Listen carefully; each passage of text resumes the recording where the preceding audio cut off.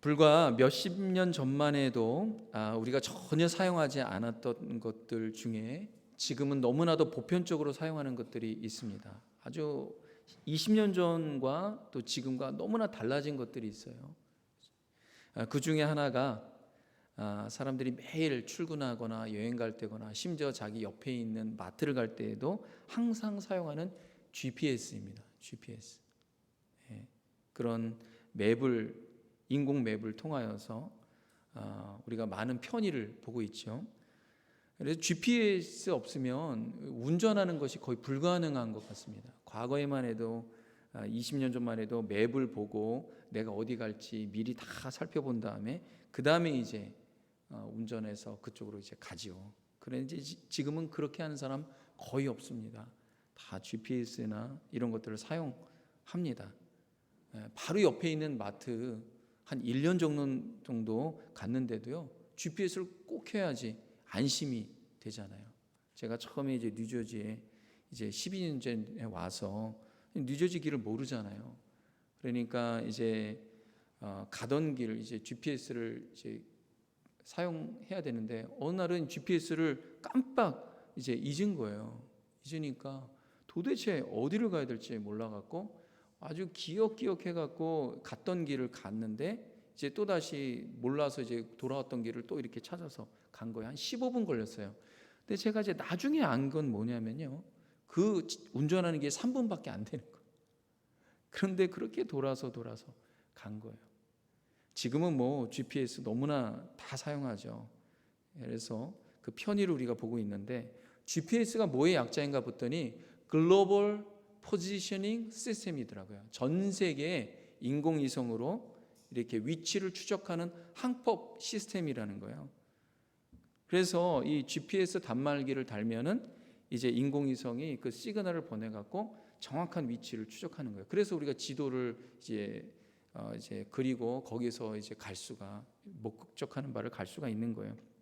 처음에는 이걸 국방부에서 사용했는데 이제 이것이 사회 전반에 다 사용돼서 일반인도 우리도 사용할 수 있는 그런 혜택을 누리고 있지 않습니까? 그래서 이 GPS 여러분 먼 거리 가거나 한 번도 가보지 않은 길을 갈 때는 꼭 어떻게 해요? 이 GPS를 켜고 가잖아요. 그래서 그렇지 않으면은 목적지에 도착하기가 너무나 힘들잖아요. 요즘에는 숏컷도 이렇게 보여줘요. 숏컷.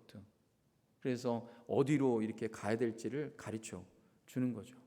그래서 막힌다. 그럼 돌아서 가기도 하고. 참 요즘에 얼마나 편한 세상인지 모릅니다. 지금 화면에 보는 대로 GPS 저거 사용하지 않습니까? 그런데 저는 이 GPS를 보면서 내려주세요. 천국으로 향하여 가는 그리스도인의 삶에서 우리 신앙의 삶에서 적용되는 부분이 있다는 생각이 들어요. 그래서 오늘 말씀을 통하여서 어떤 적용점이 있는지 우리가 살펴보면서 정말 나도 정말 천국으로 가는 그 향하여 가는 길 가운데에서 내 영적 GPS를 좀 키면 좋겠다. 그래서 오늘 그 제목을 뭐라고 했냐면 천국 GPS예요. 그러니까 목적지가 천국 아닙니까? 그러니까 이 천국 GPS를 내가 잘 키고 가야 되겠다. 이런 마음으로 오늘 이 말씀을 들을 때 은혜가 있길 바랍니다. 오늘 우리가 읽은 이 시편 기자 시편의 말씀 139편인데 이런 고백을 해요. 제가 한 번 더 읽겠습니다. 여호와여, 주께서 나를 살펴보셨으므로 나를 아시나이다. 주께서 내가 앉고 일어섬을 아시고 멀리서도 나의 생각을 밝히 아시오며 나의 모든 길과 내가 눕는 것을 살펴보셨으므로 나의 모든 행위를 익히 아시오니. 이렇게 되어 있어요. 여러분 이 말을 보면요, 여러분 이 다윗이 고백하는 건데 하나님께서 나를 속속들이 살펴보셨다는 거예요. 나를 속속들이 알고 계신다는 거예요. 나의 모든 길, 내가 눕는 곳도 알고 계신다는 거예요. 그러니까 하나님이 내 위치 추적을 분명히 알고 계신다는 거예요. 그러니까 이게 뭐예요? 꼭 GPS 같아요. GPS처럼 하나님이 내 인생 위치를 모두 다 파악하고 있다. 그런 고백 아닙니까? 여호와여, 야훼 하나님이요, 주께서는 나를 살펴보셨으므로 나를 아시나이다. 어느 정도 아시냐? 내가 앉고 일어서는 것도 아시고 멀리서도 아시고 심지어 생각도 밝히 하신다. 생각까지도. 인공위성은요, 내 몸의 위치만 알지만 하나님은 뭐까지 아신다고요? 내 아이의 우리의 모든 생각까지도 다 알고 계신다는 거예요. 이런 신앙 고백을 합니다. 이런 다윗의 신앙 고백이 얼마나 중요한지 여러분 아셔야 됩니다. 저는 그래서 이 GPS의 앞자를 따서 이 다윗의 고백이 꼭 이거 같아요. God Positioning System. 하나님 항법 시스템 같아요. 하나님께서 모든 것들을 다 인생 전부를 속속들이 아신다라는 거예요. 이런 신앙 고백을 하고 있습니다. 말하자면 하나님이 내 인생 전반에 걸쳐서 나의 시작과 끝에 다 갖고 계신 하나님. 그래서 하나님이 인생의 중심입니다. 그런 고백입니다. 다윗이 하나님께서 자기 인생 전부를 관통하고 꿰뚫어 보고 계시다 이런 고백을 하는데 저는 이 고백이요 얼마나 중요한가 여러분에게 말씀드리고 싶어요. 이 종교개혁자들이 이런 고백을 뭐라고 하냐면 코람데오 신앙이라고 해요. 코람데오 신앙. 뭐냐? 하나님 보시는 앞에서 하나님 보시는 누가 안 보더라도 지금 이 순간 나 혼자만 있더라도 하나님이 보시고 계십니다. 이런 고백을 하는 거예요. 이게 다윗의 정말 하나님께서 나의 안고 일어섬을 아시고 심지어 내 생각조차도 아십니다. 이런 고백과 연결되어 있습니다. 나의 생각도 아시는 하나님. 그러니까 이런 신앙 고백이 있기 때문에 다윗이요 어려운 길을 만나고 인생의 골짜기를 만나고 심지어 죄를 짓고 옆길로 새도요 다시 바른 길로 향하여 갈 수가 있었습니다. 우리가 신앙생활하고 믿음 생활할 때 잠시 삶의 트랙에서 벗어날 수가 빗나갈 수가 있어요. 근데 우리를 제자리로 이끄는 게 뭘까요? 우리가 올바른 신앙 고백이 있어야 되는 거예요. 저는 이런 다윗과 같은 이런 고백이 우리에게 필요하다 싶은 생각이 듭니다. 요즘 한국에서 이 떠들썩한 사회적 이슈가 여러 개가 있는데 그 중에 하나가 뭐냐면 교권이 무너지는 거예요. 전 너무나 이 소식을 듣고 깜짝 놀랐어요. 초등학교 6학년 남학생이 여자 담임 선생님을 때리는 거예요. 이게 어떻게 가능합니까? 물론 선생님이 학생을 별다른 이유 없이 때리고 막 이렇게 학대하고 이거는 너무나 잘못된 거죠. 근데 반대로 극단적으로 학생이 선생을 때리는 일, 이런 일이 일어나는가? 사회가 너무나 병들어가고 있다 싶은 생각이 듭니다. 근데 왜 이런 일이 있는가? 두 가지 정도예요. 여러 가지 있겠지만 두 가지. 첫 번째 뭐냐면 아무도 보지 않기 때문에 사회가 내가 이렇게 한다고 뭘 알까? 이런 거죠. 그런데 이게 사회적 이슈가 되니까 이거 사람들이 그렇게 한 사람들이 겁이 나고 두려움이 생긴 거예요. 사람들이 안 본다고 생각하니까 함부로 막 하다가 사회적으로 완전히 전 세계가 심지어 미국에 있는 이민자들 다 알 정도로 세계가 아니까 그러니까 깜짝 놀라 겁이 나고 두려운 거예요. 그러니까 이제 발뺌하면서 다른 쪽으로 막 얘기하고 그러지 않습니까? 또 하나는 뭘까요? 내가 상대방보다 힘이 있다고 생각하니까 그 힘을 함부로 쓰는 거예요. 그 권력을 함부로 사용하는 거예요. 그럼 이 남자 선생님이라면 체육 선생님이라면 그렇게 할 수가 있겠습니까? 절대로 못하죠. 눈도 못 마주치죠. 선생님 된 지 얼마 안 되고 아이들을 사랑하는 마음으로 이렇게 좀 어떻게 하면 잘해보려고 막 그렇게 하니까 얕잡아 본 거예요.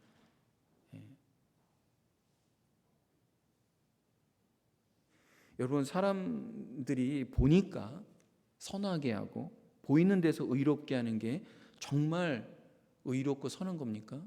아니죠. 누가 보지 않아도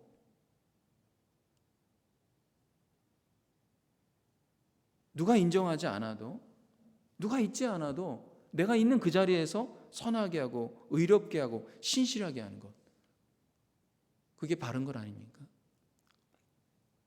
예수님께서 이 땅에 오셔서 이 유대인들이 그 종교성에 대해서 때론 좀 심하게 좀 비판하신 적이 있어요. 근데 그 지적하시는 것이 뭐냐면요, 사람들이 보는 앞에서는 너희가 종교적으로 잘하는 것 같은데 보이지 않는 데에서는 너희가 완전히 다른 사람으로 살아간다 이거예요. 그걸 뭐라고 말합니까? 외식이라고 말해요. 외식이래. 종교적 외식에 빠졌다라는 거예요. 여러분, 사회가 병들었다는 게 뭐예요? 종교가 병드는 게 뭐예요? 외식이에요. 사회가 병드는 게 뭐예요? 외식이에요. 남들이 보이는 데서는 괜찮게 하는 것 같지만 보이지 않으면 함부로 막 사용하고 힘 사용하고 막 하고, 남들이 보는 데서 그렇게 할 수 있겠습니까? 여자 선생님이 잘하려고 하니까 더 우습게 보는 거예요. 더 우습게 보는 거예요. 그게 병들어가고 있다는 거예요. 상대방이 잘하면 더 잘해야죠. 상대방이 잘해보려고 하는데 우습게 보는 거, 문제가 있는 거죠. 우리의 경건도 동일합니다. 누가 보든 누가 인정하든 그렇지 않든 내가 있는 자리에서 신실하게 하는 거. 하나님은 신실하신 분입니다. 하나님이 우리에게 원하시는 게 뭐예요? 천국 백성은 신실해야 돼요. 신실해야 돼요. 그럼 이 신실함이 어디서 나오느냐? 하나님이 내 생각, 내 의도, 내 동기조차도 파악하고 계시다, 살펴보고 계시다, 이런 신앙 고백에서부터 나오는 거예요. 우리가 다 믿는 것 같지만 어떨 때 보면 신앙 고백이 다를 때가 있어요. 그러니까 신앙 고백이 어떠냐에 따라서 다르더라고요. 다윗의 신앙 고백이 뭡니까? 나의 안고 일어서면 주님 아시고 심지어 내 생각 깊은 것까지도 주님이 아십니다. 이렇게 될 때 우리가 죄에서 돌이킬 수가 있는 거예요. 잘못된 악에서 돌이킬 수가 있는 거예요. 하나님이 아신데, 여러분, 우리의 그 허물과 우리의 죄악과 이 악이 다 어디서 나오는 거예요? 동기에서 나오는 거예요. 잘못된 동기, 잘못된 사고, 방식, 가치관에서 나오는 거예요. 하나님이 나의 잘못된 동기를 보고 계시는데 성령께서 내 마음을 찌르시고, 내가 이렇게 하면 안 되지. 하나님은요, 참 선하신 분이고 또 사랑이 많으신 분입니다. 그렇기 때문에 그분의 사랑하는 자녀, 그분의 사랑하는 백성이, 언약 백성이 잘못된 길로 계속 가면은 혼내서라도 돌이키시는 분이에요. 이게 사랑하는 것 아닙니까? 우리가 이 새벽마다 매일 성경에 예레미야서를 우리가 보고 있는데, 예레미야서에 그 눈물의 선지 아닙니까? 하나님께서 자기의 사랑하는 첫째 아들과 같은 이스라엘 민족 언약 백성을 내가 벌 주시기로 작정했다라는 거예요. 그래서 그거에 대한 말씀이에요. 하나님께서 그렇게 하신 이유가 뭐니까? 그리고 예레미야서 엄청 깁니다. 이사야 선지서들 얼마나 길어요. 근데 왜 이렇게 말을 많이 하세요? 그것은 사랑하기 때문에 그래요. 정말 돌이키면 좋겠다는 거예요. 언약 백성. 하나님은 지금도 여전히 아브라함의 자손인 육적 이스라엘 첫째 아들을 사랑하십니다. 그들이 하나님 보내신 독생자 예수 그리스도를 믿고 돌아가기를 원하세요.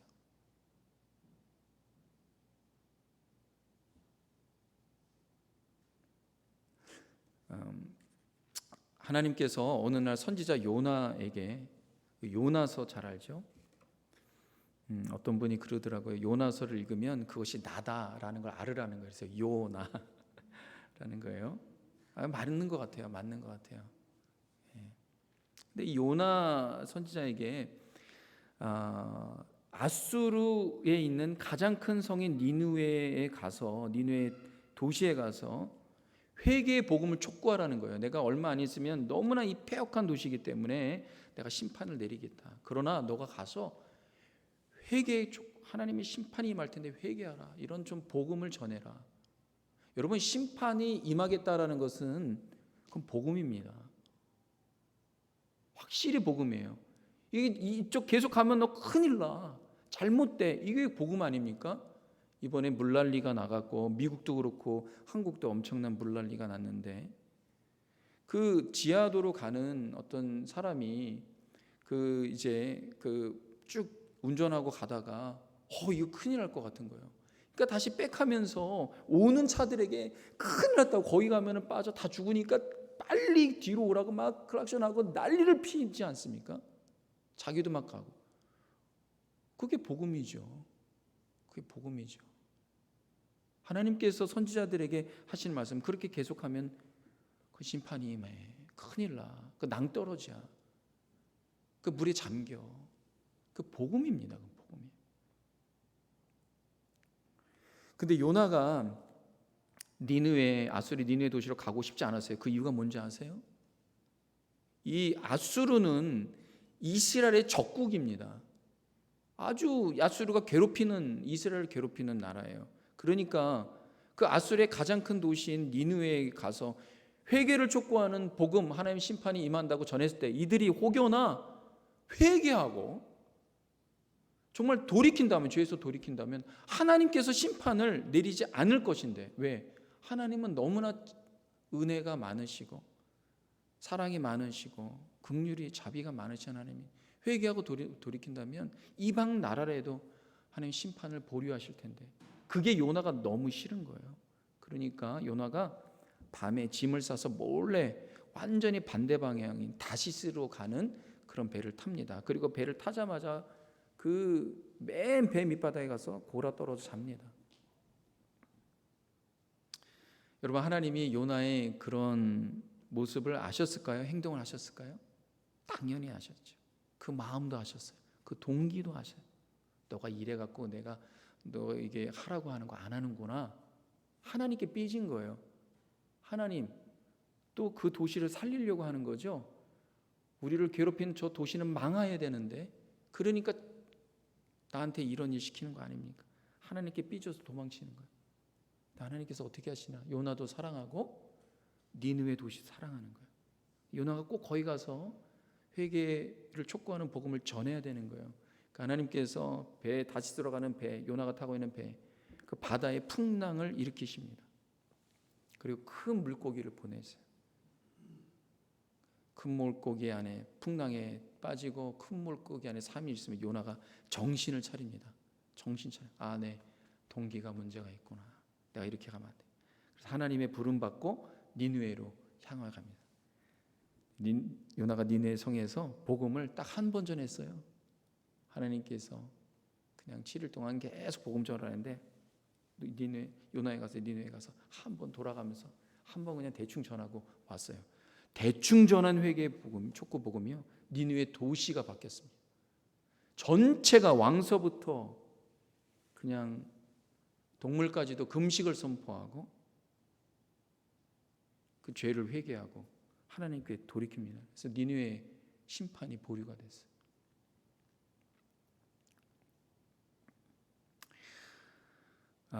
오늘 시편 기자가 이런 고백을 합니다. 7절 8절에 보면 꼭 요나가 고백한 것 같아요. 내가 주의 영을 떠나 어디로 가며 주의 앞에서 어디로 피하리이까? 내가 하늘에 올라갈지라도 거기 계시며 스올에 내 자리를 펼지라도 거기 계시나이다. 요나가 물고기 뱃속에서 그곳은 어두컴컴한 수월과 같은 곳입니다. 그곳에 하나님이 계신다고 고백합니다. 여러분, 다윗이 이 수월에 내 자리를 폈다라는 그 말은 뭡니까? 밑바닥 인생이라는 거예요. 다윗은 정말 사망의 음침한 골짜기로 다니고 정말 침을 흘리면서 목숨을 구걸해야 되는 그런 상황에도 처했고요.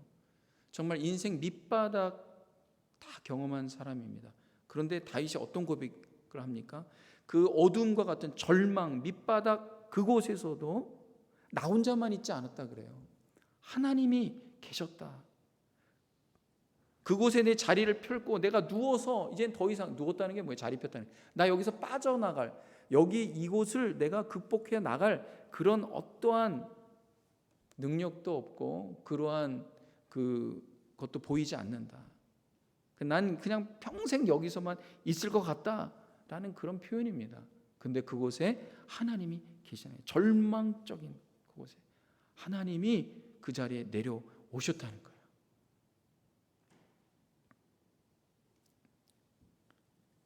하나님은 그러신 분입니다.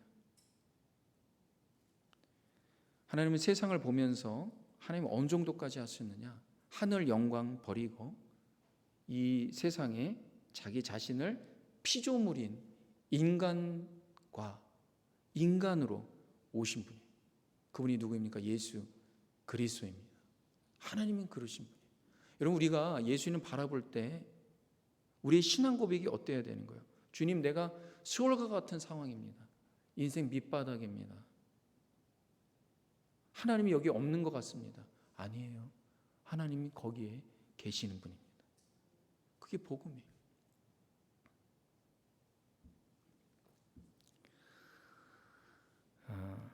그래서 9절 10절 보면은요, 이런 말씀이 있습니다.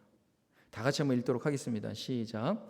내가 새벽 날개를 치며 바다 끝에 가서 거주할지라도 거기서도 주의 손이 나를 인도하시며 주의 오른손이 나를 인도하시며 주의 오른손이 나를 붙드시리이다. 아멘. 아멘. 내가 새벽 날개를 치며 바다 끝에 가서 거주할지라도, 요나가 밤에 배를 타고 아주 그냥 바다 끝까지 하나님 미치지 않는 곳까지 간다고 했잖아요. 근데 거기서도 어떻게 해요? 하나님이 계시는 거예요. 거기서 인도하시는 거예요. 그러면서 주님이 나를 인도하시고 오른손이 나를 인도하시고 주의 오른손이 나를 붙드시리이다. 저는 이것이 무엇이냐? 은혜라는, 하나님의 은혜다라는 거예요. 시편의 기자가 뭐라고 고백합니까? 주님, 내가 그렇게 하나님 떠나서 저기 반대편, 지구 반대편에 가서도 하나님 나를 인도하시고 나를 붙드시는 분이군요. 이게 뭡니까? 하나님의 은혜예요. 하나님의 은혜. 저는 그래서 우리가 틀어야 할 그런 GPS, 이것도 GPS로 연결하면요, 저는 이렇게 이야기하고 싶어요. Grace Positioning System. 우리 GPS의 Grace. 하나님의 구원의 은혜의 항법 시스템. 하나님의 은혜가 미치지 않는 곳이 없다. 새벽 날개에 치며 내가 그곳에 가도 내가 심지어 하나님, 나 모르겠습니다. 하나님께 삐졌어요. 저 밑바닥에 가도 하나님 그곳에서 오른손으로 나를 구원하시고 나를 인도하시고 나를 붙드시는 하나님. 여러분, 이런 신앙 고백이 우리에게 필요합니다. 저는 여기서 좀 눈여겨봐야 될 말씀 중에 하나가 뭐냐면요, 10절에 있는 말씀인데요, 10절에 보면 이렇게 시편의 기자가 고백합니다. 주의 손이 나를 인도하시며 주의 오른손이 나를 인도하시며 주의 오른손이 나를 붙드시리라. 지금 어떻게 합니까? 3번이나 반복해요. 3번이나 반복합니다. 주의 손이 나를 인도하시며 주의 오른손이 나를 붙드시며, 계속 반복하는 거예요. 여러분, 이렇게 반복하는 이유가 뭘까요? 잊지 않기 위함이에요. 하나님의 은혜를 잊지 않기 위함입니다. 극한의 상황, 고난에서도 하나님이 직접 어떻게 해요? 내 삶에 관여하고 계시다. 하나님의 은혜가 여전히 있다. 하나님의 은혜가 여전히 있다. 주님이 나를 여전히 붙들고 계시다. 내 끊어진 게 아니다. 끊어진 게 아니다. 하나님이 손을 놓고 관망하신 그런 분이 아니다. 하나님이 수월에서도 새벽 날개치며 저 끝에서도 그곳에 내가 자리를 펴고 그냥 주알이 뜨고 있더라도 하나님이 거기까지 오셔서 나와 함께 계시는 분이다. 저는 이 신앙 고백이 너무나 놀랍습니다. 현대 그리스도인에게 가장 필요한 신앙 고백이 아닐까, 그런 생각이 들어요. 지금이 어느 때보다도요, 이런 일이 있습니다. 현대 그리스도인들에게 역회심이 일어나는 거예요. 말하자면 기존까지 교회 잘 다니고 신앙생활하다가 교회를 떠나거나 심지어 신앙을 떠나거나 무신론자가 되는, 심지어 하나님이 없다라고 하는 그런 일이 일어난대요. 미국에서 참 많이 일어난다는 거예요. 그렇게 되는 몇 가지 이유가 있어요. 그 중에 하나가 팀 켈러 목사님이 이렇게 진단했는데 너무나 잘 진단한 것 같아요. 뭐냐면 아무런 이유 없이 비참한 고난을 당하는 신실한 그리스도인을 볼 때, 옆에서 볼 때, 야, 정말 하나님이 살아계신다면 저렇게 신실하게 주님의 일들을 감당하는데 저런 고난을 받을까? 그것도 그냥 고난, 비참한 고난 그걸 받을까? 그래서 하나님은 관여하시지 않으면 초월적 하나님이야.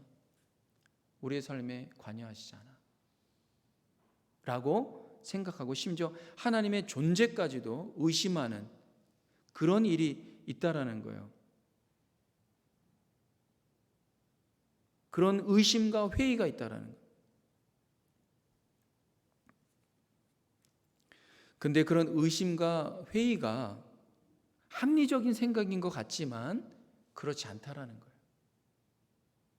하나님의 손길이 있음을 확신할 수 없다라는 그 신념인 거지 어떤 충분한 증거가 아니라는 거예요. 요즘에는 증거의 시대 아닙니까? 그렇잖아요. 과학적으로 이렇게 증명이 돼야지 내가 그걸 인정하겠어, 그렇게 생각하는데, 그러니까 내가 이 옆에서 볼 때 저 고난당하는, 정말 비참하게 고난당하는 신실한 그리스도인, 정말 그렇다면 하나님을 그렇게 믿고 하나님 예배하는데 정말 하나님이 살아계신다면 그렇게 내버려 두실까 라고 생각을 한다는 거죠. 근데 여러분, 이것을 아셔야 됩니다. 우리 유한한 인간의 이성으로 무한하신 하나님의 동기와 계획을 완전히 평가할 수 있는가라는 거예요.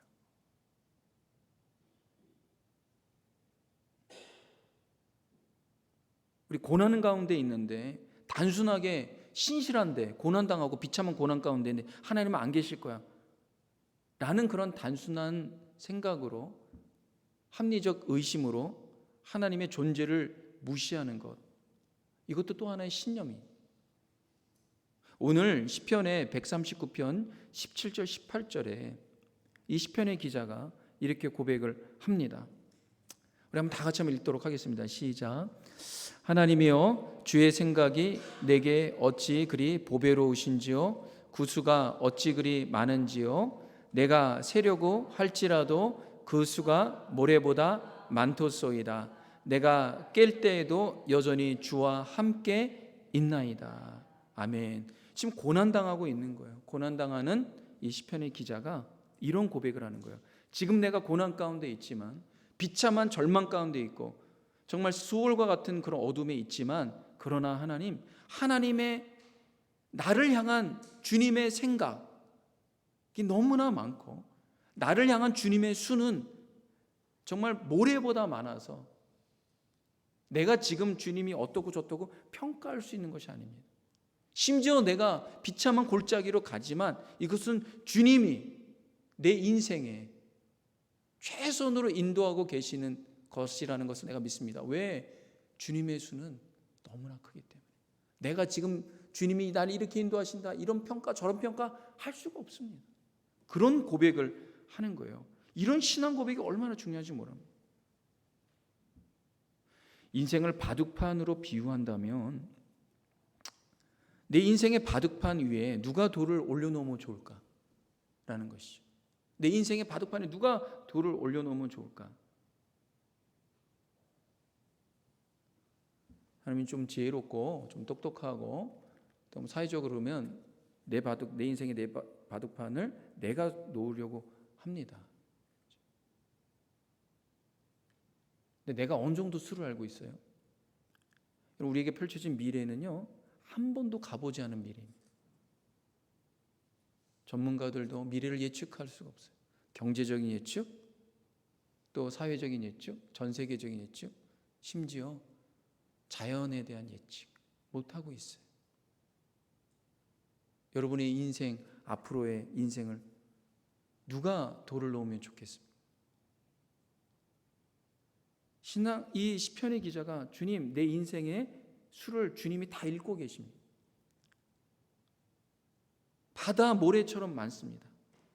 하나님이 돌을 쥐고 내 인생의 수를 놓고 있는 것이 얼마나 축복된 인생인지 모릅니다. 그런 고백하는 거예요.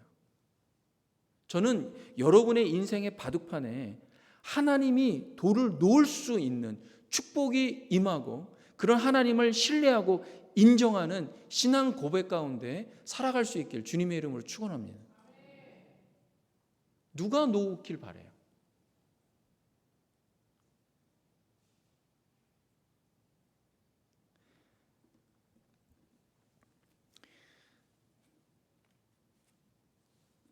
요즘에는 AI가 인간을 이긴다고 너무나 AI를 두려워합니다. 여러분, AI를 두려워할 필요 없어요. AI를 두려워하는 이유가 뭘까요? 우리가 생각하는 수보다 더 많은 수를 알고 있다고 생각하기 때문에. 여러분, AI에게 인간의 인생을 맡길 것입니까? 앞으로 그런 일이 일어날 것 같아요.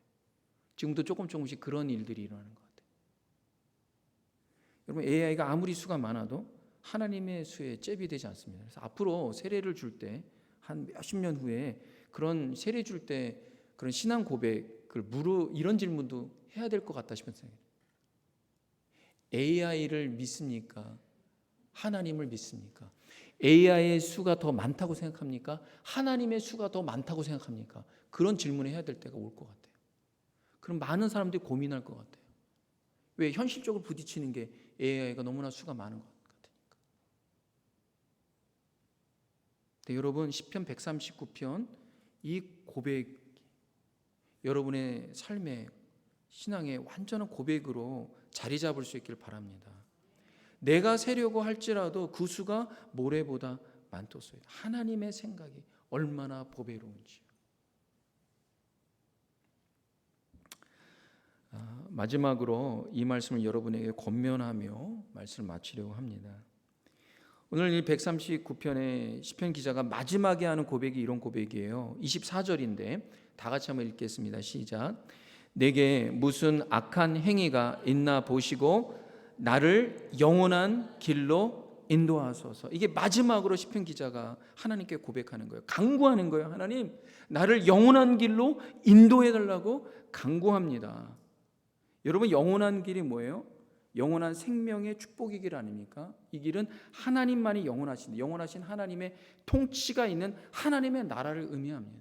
하나님의 통치가 있는 그런 나라로 나를 이끌어 달라고 이렇게 고백하는 거예요. 이런 고백이 무슨 고백이에요? 내 인생의 궁극적인 목적이 하나님의 나라가 되게 하옵소서. 그런 고백이에요. 저는 이것을 오늘 제목과 같이 천국 GPS를 트는 거다, 이런 생각이 듭니다. 천국 GPS. 여러분, 내가 아침에 일어날 때나 밤에 잠잘 때나 어느 순간인가 내 GPS가 어디로 향하고 있는지 확인해야 됩니다. 목적지가 분명해야 돼요. 예수님께서 마태복음 6장 33절에 산상수훈에서 제자들에게 말씀하고, 우리가 너무나 잘 아는 말씀이죠. 너희는 먼저 그의 나라와 그의 의를 구하라. 그리하면 이 모든 것을 너희에게 더하시리라. 이렇게 말씀하세요. 너희는 먼저 주님의 나라, 하나님의 나라와 하나님의 의를 구하라. 이 구하라는 게 뭐예요? 인생의 방향을 하나님의 나라로, 하나님의 의로 향하여 틀라, 그런 말씀이에요.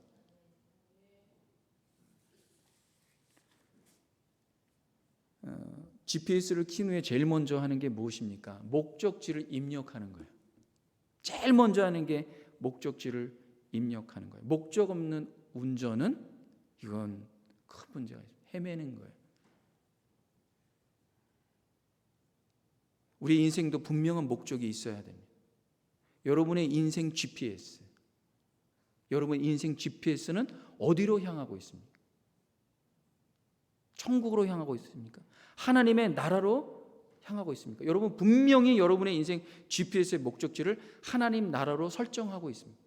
하나님 나라로 입력했습니다.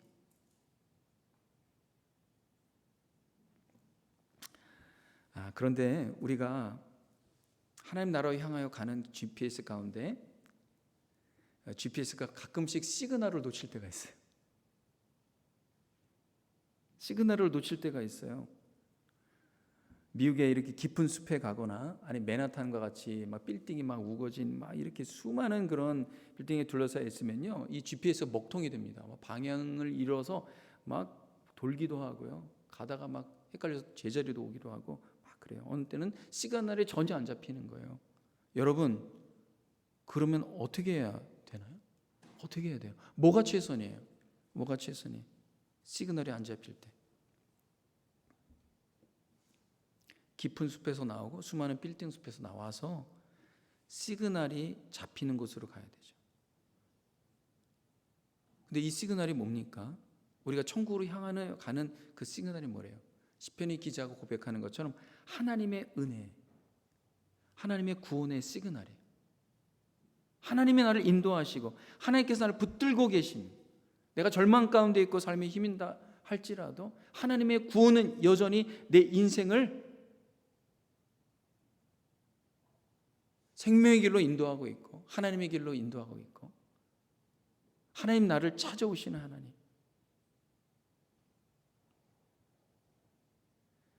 그래서 천국 GPS를 틀어놓아도 하나님으로부터 오는 구원과 은혜의 시그널을 놓치지 않아요. 저는 이것이 무엇이냐, 여러분 일주일에 한 번 주님 앞에 나와서 예배하는 이 시간 뿐만 아니라 매일매일의 여러분의 삶에서 매일 성경 또 말씀을 읽고 묵상하고 기도하고, 여러분 이게 뭐예요? 시그널을 놓치지 않는 거예요. 시그널. 목적지를 틀어놓고 있어도 시그널 놓치면 아무 소용없는 거예요. 여러분 그래서 주일에 한번 일상의 삶에서 주님 내가 못했더라도 이 주일 한번 주님 앞에 예배드리는 이 시간 내가 놓치지 않기로 이 목숨 걸어야 돼요. 여러분.